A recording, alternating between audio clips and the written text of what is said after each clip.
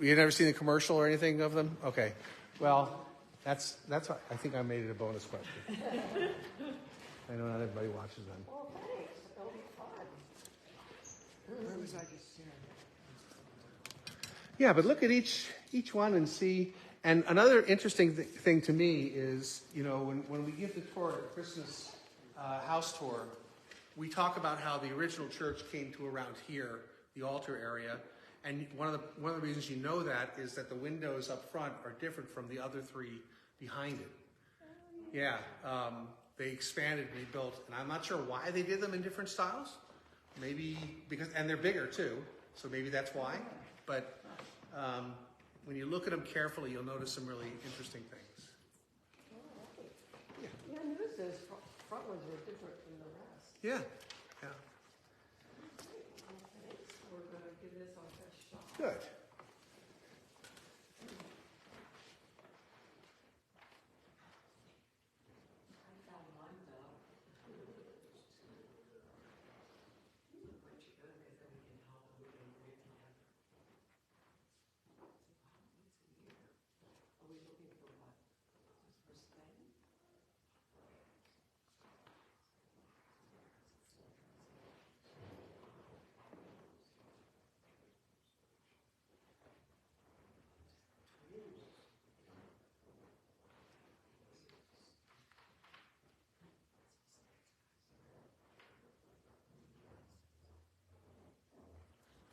And if you have any questions, just ask me. I might know. I might not, too.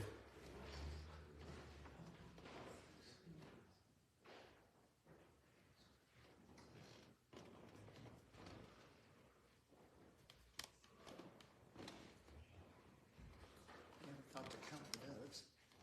2.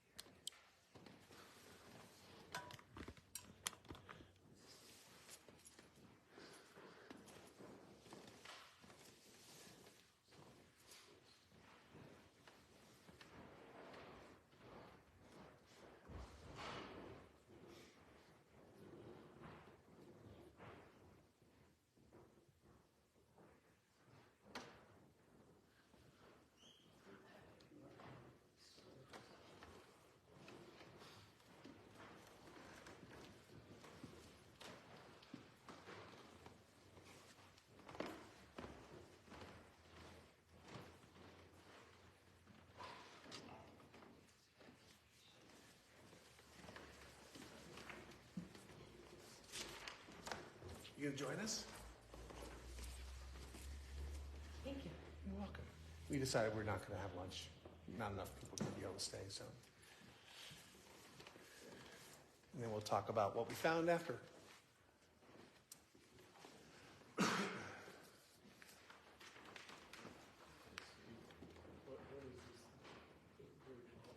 At the top. Well, that's. Is that the Game of Thrones thing? No, that's bonus question 3. So one of my confirmation kids years ago was looking at, we were doing this very same thing, and he said, "Why is the holy hand grenade in the church?" You know, from the Monty Python movie? Have you ever seen Monty Python and the Holy Grail?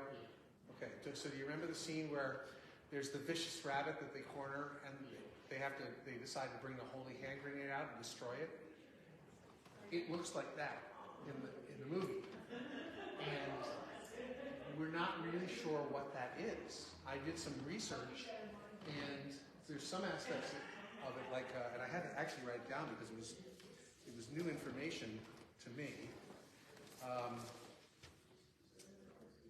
The skull and crossbones has a variety of meanings, but in the Christian context, it was known as Adam's head. I didn't know that. I'd never heard of that before. So it goes to the whole Paul's writing in Romans, I think it is, about Adam being the first man and Jesus being the second. Right? Through Adam, all sin. Through Christ, all are made alive, and that ends up in Messiah, in the the songs of Messiah. And so the skull and crossbones actually was pre-Christian, and it was part of the cult of Mithra, which was practiced in the Roman Empire. And they just embraced those skull and crossbones. And the other thing they say is that Adam's head and ashes, basically, are buried where the cross is in Golgotha. It's not true, but it's part of the mythology of the church. The egg also was embraced early on, which is why we have Easter eggs. Oh. New life. But that came from, what was that religion? It was a snake religion, because snakes are born from eggs. But snakes are seen as evil in Christianity in that story. So the snake they changed that to rabbits, which are about fertility. All these roundabout things that they created to add mythology to the story. Huh. Well, is there an egg up there? Well, No. it is an egg shape. See, the oval, like where the cross goes into and where the skull and crossbones, that's kind of the shape of an egg. Oh, okay. And I look for symbols of crosses on top of eggs, and they were depicted in some churches back in the Middle Ages. Is that a butterfly? Mm-hmm. Yeah, I see it. Yeah, that's why you have to kind of get close and look, because and the butterfly is embedded next to the cross and skull. Yeah. Oh, I see the butterfly now. Yeah, just to the left there. I forgot to write that down, actually.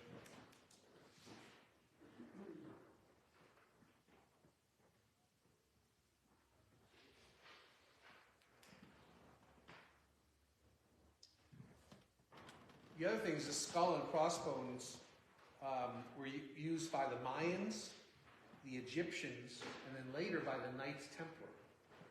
They used that as a symbol, and that's how it became used by pirates and also for poison. So it's fairly. And then it was. I'm telling you, I got deep in the weeds with this stuff. It also appears on the officers' caps of the Russian Imperial Army, right, when the Tsar was in power, and the Nazis. Yeah, you can find these old Nazi officer hats with the skull and crossbone underneath the Nazi eagle. Yeah. Wow. Huh. There's a lot of things to discover, I guess. Well, when you think about it, when people couldn't write, of course, we know stained glass windows were used to teach the stories. So if you teach them something that isn't true, but you put it in a window, it becomes true. They can't read about it. And so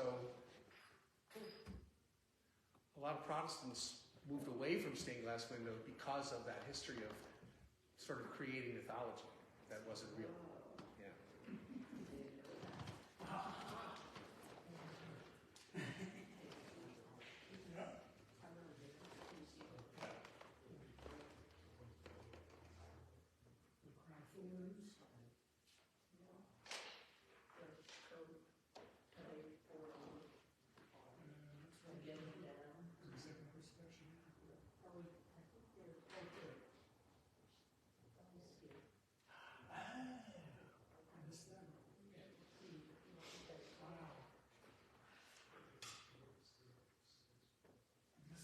Whole area is just amazing. I realized a couple weeks in, City Required, that this was all mosaic, and not just painted. Yeah, is that something? Yeah. All the tile? Oh. I think one time I got new glasses on and that's mosaic. I brought Alexis up and I showed her. Did you see this? Yeah, I thought it was just plain stone. Then after I got glasses, wow, it's mosaic. Amazing.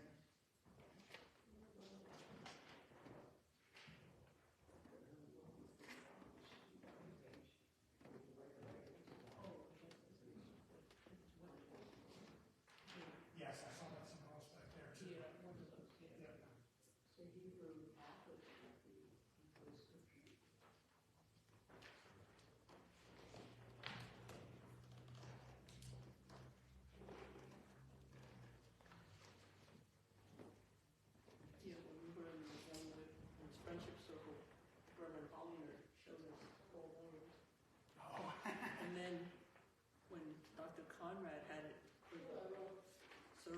you know. Yeah. He had like 2, but I was helping the kids upstairs, because Mrs. Hines with the kids, so I missed it, you know. Yeah. I think I A lot of the symbols, a lot of them are repeated, and they're very Holy Week centered. And that was part of what was called the Mercersburg movement of the 1800s. Was a German Reformed liturgical movement. They were trying to get closer to sort of find some unity with Catholicism, and became fairly high church and certainly very ornate. And this church was a Mercersburg church. And the Lutherans here, when they come in, they'll say, "We out Lutheran the Lutherans," with our wood and our carvings, and you know. Oh, it's a beautiful church. Yeah. It's amazing. Yeah. I like old churches.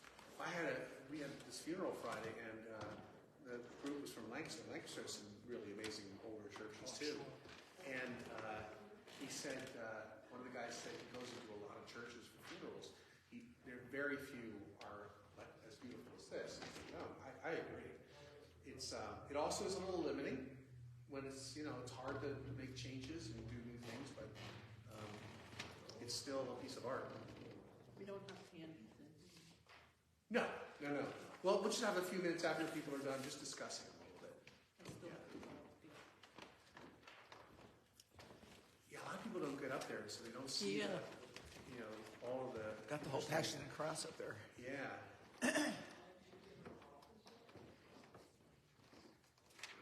Why is there a chalice full of rocks? I was wondering the same thing. That is, what I think that is the coals. It's like a... The brazier full of Yeah, coals. yeah. It looks like a chalice, yeah, but it's a... Well, clearly it's not a chalice since it has rocks. Right. But I've not looked carefully. Yeah.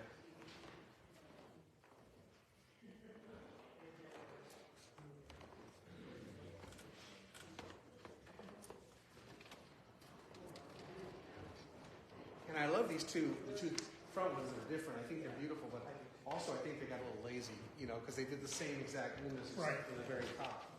Although the flowers are different. No, they're not. They're the same. On either side. Yeah.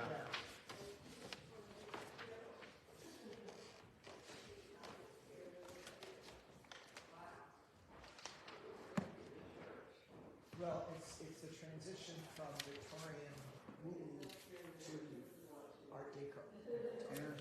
Yeah. That's the time period. Yeah, it wasn't a long time, but it was enough time for that to happen. Have you ever been up to Northwest Middle School? It is that used to be the Reading Hospital.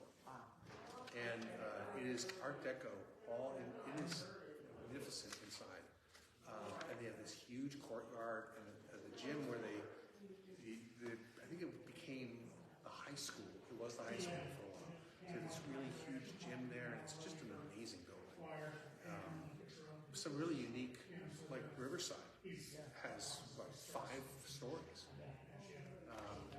But the entryway into the Northwest Middle School is beautiful. And then that's why they're called the Reading Hospital, not the West Reading Hospital, even though they're in West Reading, is because they came from there.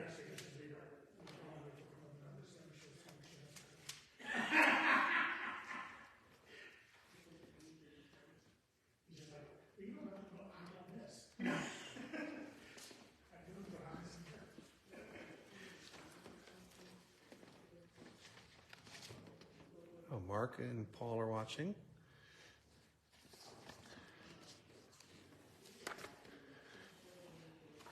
So I think what I'm going to do is take this off and just, oops, sorry. He says. I don't want to slide, there we go, never mind. And we're just going to look at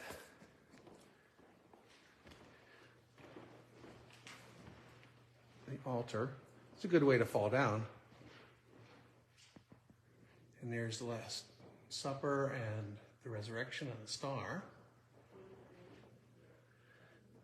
If our lives were but more simple, which is kind of funny, I've been told in a sanctuary like this, Not a very simple sanctuary, is it?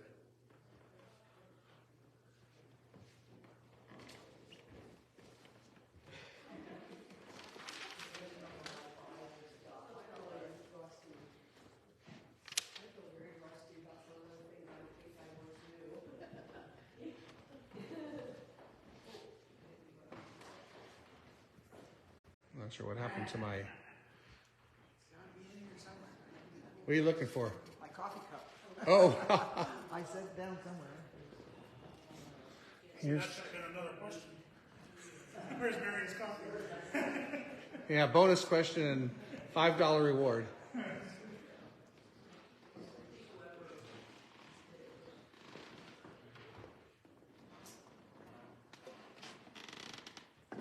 then, of course, we can see up top. Walk up there. I'm not sure why it keeps going fuzzy, but I'm going to go here.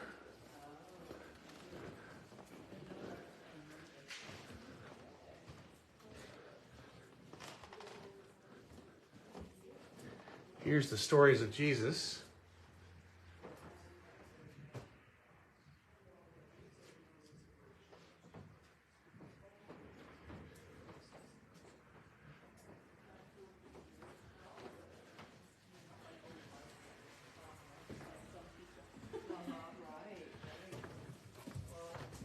These are some of my favorite windows. These leaded glass windows are beautiful. We want to go back there. Yeah, go ahead. I'm just going to go upstairs and get the detail on this for whoever's going to watch this or watching it online.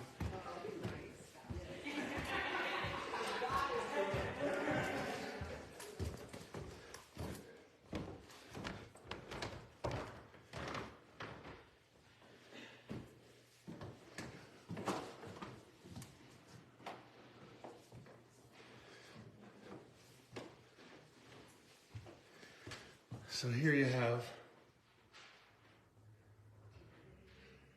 coals, Jesus, cross and the snake.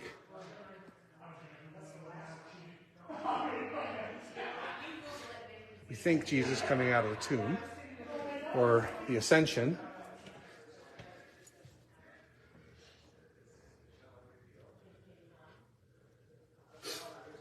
Here's him coming out of the tomb. Roman soldiers and angels. Okay.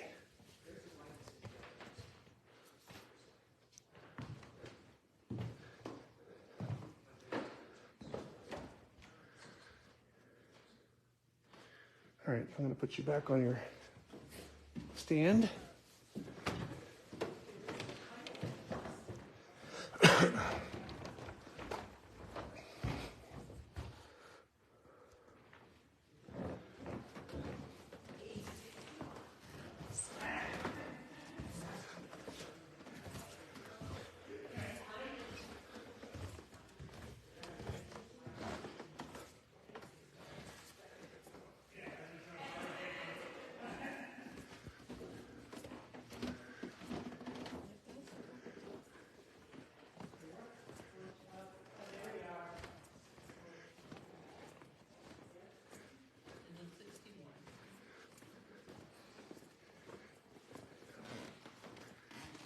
Now, what's the line after that one in this hymn?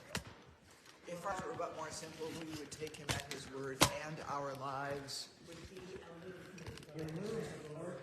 The original word. It says, and our lives.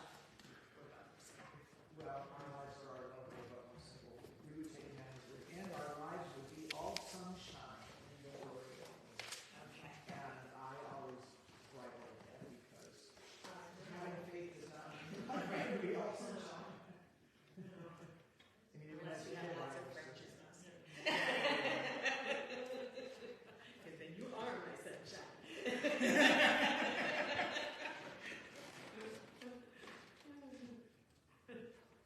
All right, Pastor, we're ready for all the answers. I think they're still looking. I only found 3 doves. Are there more than 3 doves? I only counted three. Oh, I counted 5, but I counted 3. Oh, right.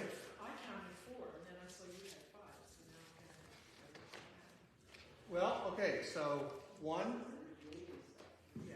2 on that one. And 3 on the last window in the sanctuary. There's one over the left. There's one back there too. 4. I have 4. And wait, there's another one, isn't there? Is there 5? I think. There's one in the Yeah, next to the ark there. There's one there. That's 5. Oh, I didn't see that. Yeah. Wait, where's the fifth one? Yeah, missing 3. 3 Oh. 3 is over the 5. Isn't there one back there? Yeah, there's one in the window back there. There's one on the last window.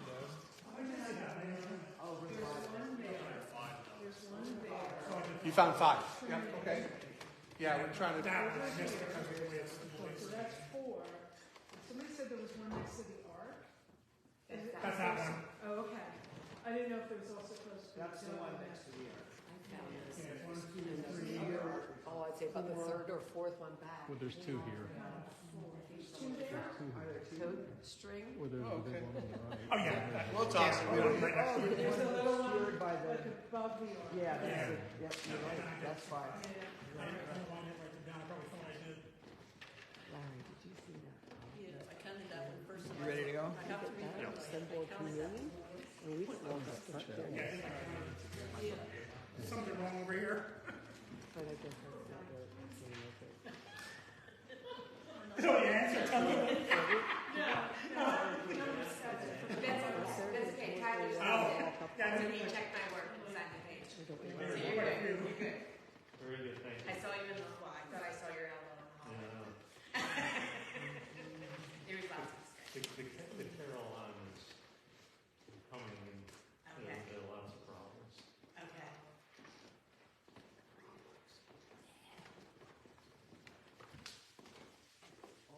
Thanks for being here. So, questions about any of what you found? I know we have some folks watching. Some of the things you may have heard me talking about, or may not, but some of these things are very interesting and obscure. Like that up there, those are hot coals at the top of that one. But it looks like a chalice. Right, it's a brazier, but it looks like a chalice. Those are coals. The end of 1 Corinthians 13, right? Bonus questions. What is the What's that? snake, the cross and snake? So the cross and snake is a story from the Old Testament, the Hebrew Scriptures, about Moses and the people in Israel are complaining, and God has had enough, and he sends serpents to kill them. It's such a disturbing story. And Moses runs over to God. Oh, no, God, save us. So God says, make an idol out of a serpent idol. Right? Even though that was right, illegal, make an idol, a serpent, hold it up high, and whoever sees it will be cured. Pretty haphazard, right? I mean, it's a ridiculous story. And obviously it comes from there were a lot of snake cults in the world, and somehow it got merged into the story. But then the worst part is that in the Gospel of John, Jesus uses the story and says, just as the serpent was raised up in the wilderness, so will the Son of Man be lifted up on the cross, right? Be lifted up. So he Christianizes a pagan practice of snake worship. Right? It is the worst, one of the worst stories about Jesus in the Bible, because why? I mean, and so the second other bonus of it is that then the serpent around the cross becomes a symbol for medicine. There's a name for it, I always forget. Thank you. She knew that one fast. So yeah, I mean, there are a lot of those sort of, the Bible has a lot of stories where they took images or stories from other traditions and merged them. In Christian times, it's called syncretism, where you take Christian belief, like eternal life and you put Christmas trees up, right? It's a pagan practice. That's syncretism. We do it all the time. Easter eggs are syncretism. So, were you able to find all these? I mean, I'm sure you found a lot of them are very obvious. I don't know the Game of Thrones thing. Okay, so the Game of Thrones, if you haven't seen it, there's a symbol of a circular symbol with a dragon in it. Yeah. Okay.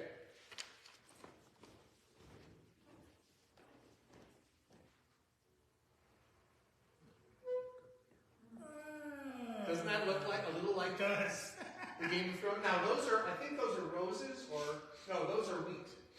Just like the rest of the wheat here, those are things of wheat. But when I first saw it, I thought it looked exactly like, or very much like, the Game of Thrones symbol. It does. Yeah. The holy hand grenade. It's there. Now that's I don't know if you heard, I was explaining it before. Did you hear what I was saying about it? I just know it's in Monty Python. Right. Well, the holy hand grenade in Monty Python. One of my confirmation kids years ago pointed that out to me when I was first here, and I went, "Oh yeah." So in that image, you got the skull and crossbones. You got a little butterfly to the left of it. Then you got that egg shape, but it also looks like a pope's hat, right? The old pope hats had that T cross on them. And then you have the cross on top. I Googled this thing in every which way I could not find a symbol like that anywhere. Charles had one at his coronation, too. He was holding it in his hand. Yeah. Now, they come from all different things. Like the egg is about, new birth, and the butterfly too. The skull and crossbones is an ancient symbol. It was used by the Romans in the 1st and 2nd century, used by the Nazis. It was used by the Russian Imperial. I was explaining the whole history of it. It was from the cult of Mithras. People think originally that's where it came from. They used that in their worship. And let me say, I had to write a lot. I mean, like I said, I did a deep dive on some of these things. Is that where the UCC symbol comes from? Well, that's a world. That's the That's world, the world, okay. right? This is more of an egg shape. Okay. And of course, the egg shape, right? Doesn't that look like an egg? I thought it looks like an egg. More circular than a, Does it look like... with like the brown part underneath it being the earth and the top being the heavens. Oh, okay. I wonder if that's something to do with creation. Or a seed? Planting a seed? Maybe. Yeah. Oh, see, I think it's the world and the bad things are on the bottom and the good things are with. Right, the blue with the stars on top. Yeah, because the cross would go with creation. So yeah, I mean, there's a lot of ways to kind of interpret this. One of the things that I found out too is that and I was saying this before, the skull and crossbones also is known in early Christianity as Adam's head. That, from Romans, right? Through one man came death, Adam. Through one man came eternal life. And they called the skull and crossbones Adam's head. And the other part of the story, the mythology, is that Adam, his head and everything else, was buried at the foot of the cross. Now, probably wasn't. But people like to make those connections, like, ooh, wow, so it's Jesus. Yeah, okay. But anyway, that's that's the symbolism, that's the mythology of it, and that's why they use these kind of things because people didn't write. The skull and crossbones, I said before, was used by Mayans, Egyptians, and the Knight Templars.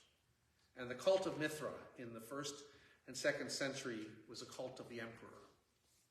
So it became, of course, pirates and poison over time, but it was something very different before that. Let's see, what else? You figured out the phrase on the pulpit. What about the symbols from Hebrew scriptures? I think I might have gotten them, but I'm not sure. Well, sure. And I think you can see them all along, right? You have Noah's Ark, and you have the Ark of the Covenant, Right. and then of course the snake. You got the Ten Commandments, right? Now you've got a lot of Good Friday over there in that window, with all the tools of crucifixion. Right, that would be, but some of them are and some of them aren't. That's why I have a problem with what was Hebrew and what wasn't. Right. I mean, we think of them all as ours, but really, that's where they embody themselves. Let's see. I also found, it is an apple up there, which we know is not necessarily the fruit that Adam and Eve ate, but the big mosaic cross, right underneath that, there's a red. Oh, yeah. It's an apple. Uh-huh. Well, I know Cairo, but what's the other one to the left? That's another one that was really confounding to me. I looked everywhere, and let me see. I wrote it down.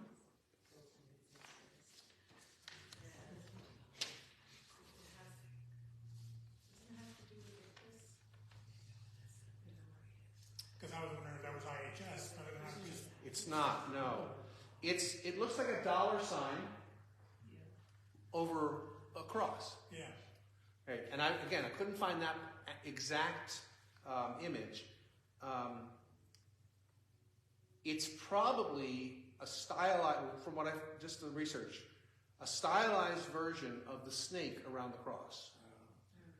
And the dollar sign, there is no connection to Christianity at all, from what I could find. But I did find out that the dollar sign probably came from the peso, because up until 1850, see what stuff I learned doing this. Up until 1857, the peso was legal tender in the United States. I didn't know that. And the symbol for the peso was a capital P and an S. And over time, the S and the capital P merged into what they think into the dollar symbol. Interesting. But it appeared in other places through history as well. So, and nobody's quite sure what it meant. But that is the closest I could figure out. And I can't tell if those long lines are supposed to be. I mean, it could be a stole, hanging over the cross. That's what I thought. And then you got, of course, Alpha and Omega up top. Right. And then Cairo, yeah. So when someone writes Xmas, they're actually doing Greek, because it's the Cairo. It's part of the Cairo. It's an X. Yeah. Did you get, now when you counted lilies? Did you count the lilies on the baptism? Yeah, that's a really question. The baptismal font is really cool. It's a marble bowl, but the rest of it's alabaster. And because alabaster can be carved, but it also degrades with water. So you have to have marble to hold the water. And but it's all beautiful vines and lilies carved all around it. It's a really incredible work of art.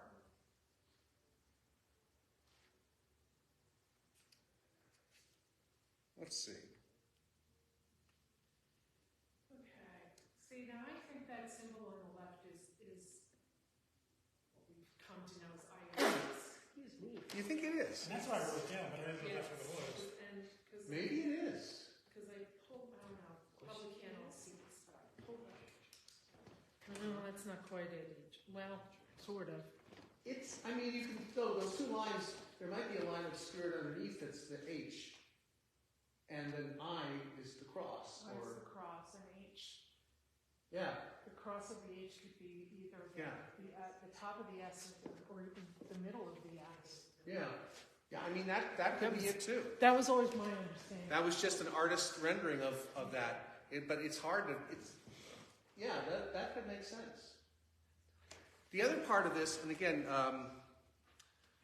I was explaining before about the Mercersburg movement of the 1800s was a German Reformed liturgical movement. And so they were very concerned about being liturgical and being sacramental. And so when you see, like in a lot of Protestant churches, the baptismal font will not be on the altar. It'll be, sometimes they stick it in the closet and then bring it out for baptisms. In a Catholic church, it's at the entryway. But in Mercersburg and other churches similar liturgically, the two sacraments are on the altar to make them equal to each other. And Mercersburg also, look at the writing up top here. So this is, I am the true vine, I am the bread of life, in the cross of Christ I glory, towering are the wrecks of time, right? That's a hymn too. All the a sacred story gathers round this head sublime. And then you've also, you see all the carving, it's all wheat and grapes, vines and things. So they were very, very Eucharistic, which again, a lot of Protestant churches were not, especially in the 1800s.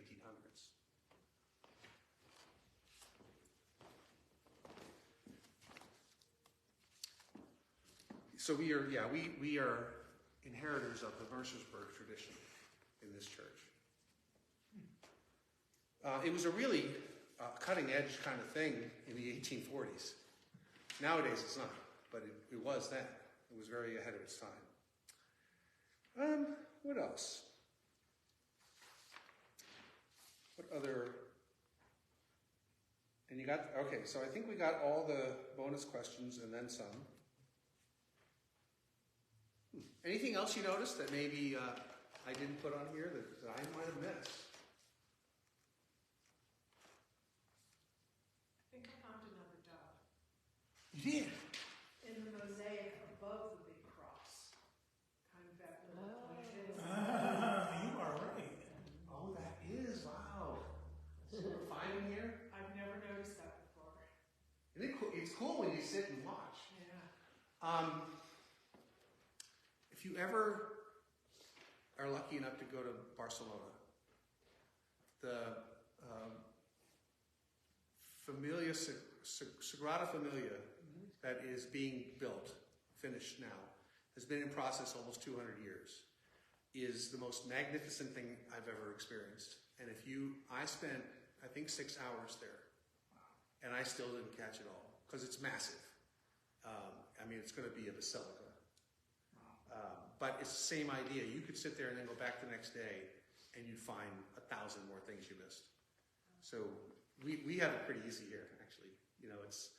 Now, one of the things that really struck me of the windows is the upper, or the top, up on the balcony, the lower left window of Jesus coming out of the tomb with a banner, like a flag. That, I've never seen that in a church like this. Not for the resurrection. Like sitting on the throne in glory, but flags were what you took to lead people into battle. And he's coming out with the Roman soldiers there, and he's got this little banner flag hanging from the thing, and I just think it's a time of its time. Wait, did you have a question about the sign? Oh, the letters above the cross. Yeah, INR. I always wondered what that, we never looked that up. That means rest in peace. Or something to that effect. Something to that effect. And then IHS, That I forget. Latin, right? It was Latin for... It was Latin. Well, I always forget what that means. Whatever it is, it was explained to me once, and I don't remember what it is now. Yeah, I never keep that in my Because head. I was in his service. Contractions are a Greek word, and then they have it in Greek, so I can't pronounce it. Jesus uses a symbol or monogram. Later understood as a Latin abbreviation, IHS. Yeah. The I, Jesus, is I, not J. Hominum salvator. Jesus, Savior of men, people. That makes sense. I noticed there's a lot of, I don't think what it's called, the 5-inch cross, I don't know if it's the cross, but there's a lot of them around. Is there a reason that particular cross is used? The iron crosses? Yeah. Oh, they were German. Oh, Yeah, that makes sense. yeah.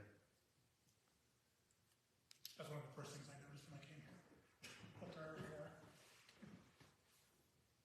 Well, and also, you know, the Nazis incorporated a lot of some Christian symbolism into their uniforms. Think about the eagles. The eagle, right? We think of the eagle as a very Hebrew scripture kind of and Revelation image, and they used a lot of that because they subverted the church. So yeah, we think of it in one way, but even like the swastika was not. They didn't invent the swastika. They took it from the Indus religion of thousands and thousands of years earlier.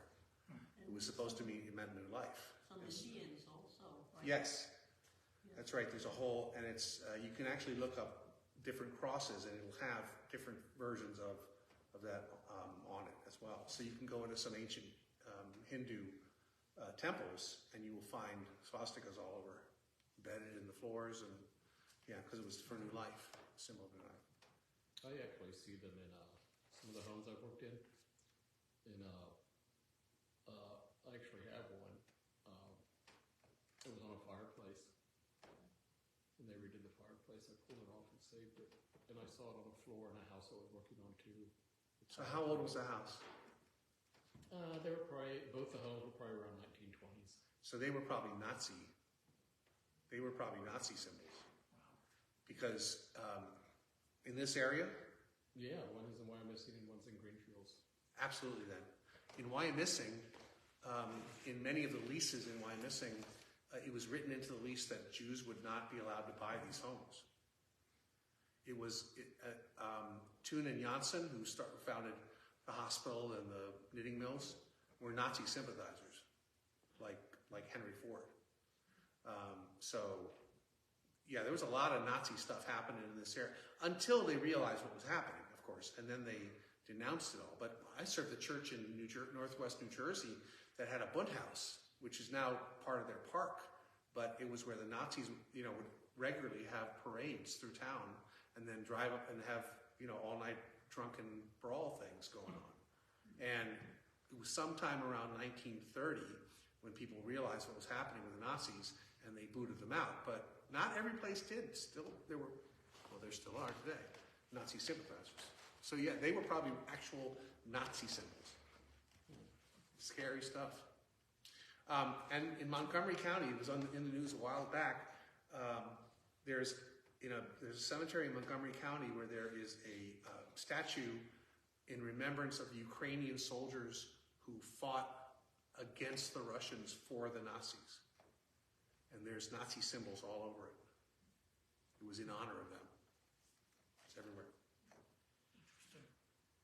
Anything else strike you as interesting?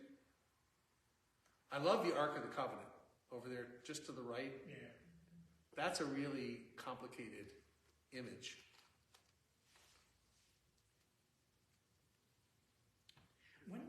It looks like those windows are older than these. These are newer. Oh, really? So, yeah, I was saying, I'm sorry, you probably didn't hear it before. So, the original building finished in 1890, came up to somewhere around here. It was the sanctuary and the room underneath. Oh. And then in 1906, they started a building project that ended in 1910 to add the 3 stories next to us and to expand the sanctuary and the altar. So the altar was I've seen some old pictures, it was kind of funny looking, kind of, you know, very much an 1890s altar. But that's when they found this, and that's when they found the carving in the window of Tiffany's in New York City, of the Last Supper. So these, and you can see they're totally different style and wider. And Marion was actually saying that's when they moved from one form to another to a more Art Deco. The symbols are a little different. You know, the crosses, you can see they're made a little bit differently, and even the rays coming out of the chalice and the star look different from a lot of these other ones. Just a whole different style, and within 15 years they changed style. And Up on the balcony, there's a box with vents and smoke or something coming out of Is it. that the ark also? No, that is, it could be the ark, but it also could be the coals that Peter warmed his hands over, which that may be as well. We weren't left with any written information about this. We don't have a lot. We don't even know about how much they paid for that carving. That came from Tiffany's? It was found in the window of Tiffany's. It was originally carved by this world-famous guy from Oberammergau, Germany. He made 3 that size. He made a bunch of them smaller. And he made all kinds of he was incredible. But there were only 3 that we think, the story is, there were only 3 that size. Wow. And So which part was found in the window? The whole the Last Supper part. The rest of it was actually done after the fact. They had the story, again, I'm only going by what was written when I got here. They brought carvers who had immigrated from Italy, worked for these different companies in building churches, and they brought them from New York City to here and housed them, and they carved everything and did all the other work to match. And then it was named after the woman whose house was right next door. It's no longer there. The Rick family, it's called the Rick Memorial. It was named after their family because she gave them all the money to pay for it all. That's why that name's on the mosaic up there. That's right. Yeah, the Rick family. In fact, for a long time, and maybe Betsy, you were part of the church when this was going on, when people said they went here, they'd say, "What side do you sit on?" Yeah. The Ole side, the Rick side. Yeah, but the lady who asked me, she said, well, are you with one of the rich ones? And I said, rich? And then she meant Rick, I guess. And I said, what? I didn't even know at the time. Yeah. I had just started coming here, and I didn't know. Dr. Benjamin Bausman, who the Church of Wyomissing and also the one at Bethany Children's Home are named after him. He was the pastor of Second Reformed Church, which then became a Mennonite church, and I don't even know what it is now, but it's an incredible place. And he felt there was a need to start more church. So he started St. Thomas, right? And he started the Calvary.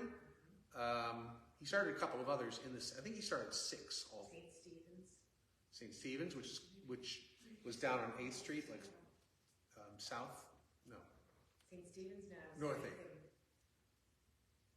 North of town. Greenwich. Yeah. Because again, 1880, 1890, no cars. So you walk to church when you live in a city. So they planted up. There were 20 churches at one point, UCC or Reformed churches that became UCC in the city alone, and the Lutherans were the same. And those churches did remarkable work. He may have started. No, I don't think St. John's. I think St. John's came after. And this was the rich suburb. They built the cemetery. They had a couple of these amazing mansions. And so he came and with his own money bought the land and then convinced 4 families, wealthy families, the Ricks and some others, to build the church. And they did. They had no members. They built the church. Started Sunday school in 1888, built the church, started the church in 1890, and within a couple of years, we had 400 members and 500 children. That's how it was in those days. If you didn't have more children than adults, you were in trouble. Yeah. From the children's home used to come here. Yes, back in the 40s and 50s and even 60s. I'm not sure when that stopped. The lady at St. Mark's was confirmed here by Reverend Hollinger. She was in the children's home.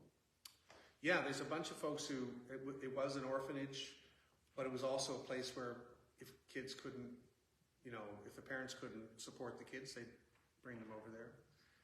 They also had, I think this is true, at least that's what they told me there, the first childcare in the country was at the children's home because there were a lot of single moms who would bring their children there, and then they'd go and work in the knitting mills. And then, yeah, so it was a childcare as well. Now it's a very different place, and they can't bring, it's all on site. But yeah, you meet people who grew up there and came to church here all over the place. Yeah. Well, thank you. I think is that it? I mean, have any questions? Thank you. I appreciate the insights that some of you brought that we didn't know, that we didn't figure out. And now you know a little bit more, right? Did you talk about that? Bonus number 2, did we talk about that? What, the carving of the Last Supper? Oh, the hymn. Oh, the hymn on the pulpit. Oh, yes, Was that- yes. That's that one across the bottom. Marion helped us Or with across that. the top, I mean. Yeah. There's a verse here. Well, that one is in the cross of Christ our glory. That's that one hymn up top, behind the star. This one on here is there is a wideness in God's mercy, is the old hymn. And they have, if our lives were but more simple, we should take him at his word. And that's from that hymn. And I think the lectern is probably one of the coolest parts of the whole sanctuary. The carving of this lectern is really amazing.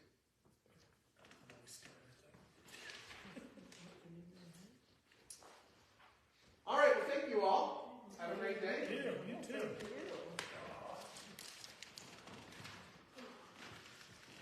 And our next one will be February, Yep. the second Sunday of February. We are going to be doing some creative writing based on "You are the salt of the earth and you are the light of the world." Sounds fantastic. I did a sermon on that once. They made me do a guest sermon. If you want to bring it, you can, yeah. Steve, I emailed you that information. You did, thank you. Actually, they did the replaced, I think, the lights the last time we did it, so we'll use them. Thank you. And those doors are still open if you'd like to go out the entryway.